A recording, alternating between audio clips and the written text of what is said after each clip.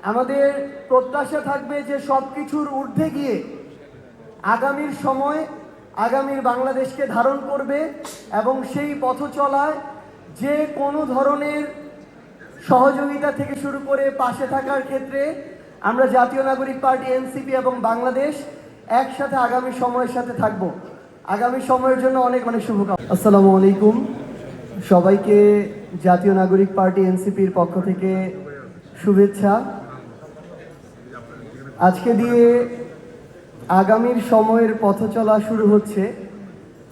আমরা খুব করে প্রত্যাশা করি এবং চাই যে আগামীর সময়ের চাহিদা বুঝবে, বাস্তবতা বুঝবে, তরুণ প্রজন্মের আকাঙ্ক্ষাটা বুঝবে, আর জুলাই অভ্যুত্থানের স্পিরিটটা বুঝবে।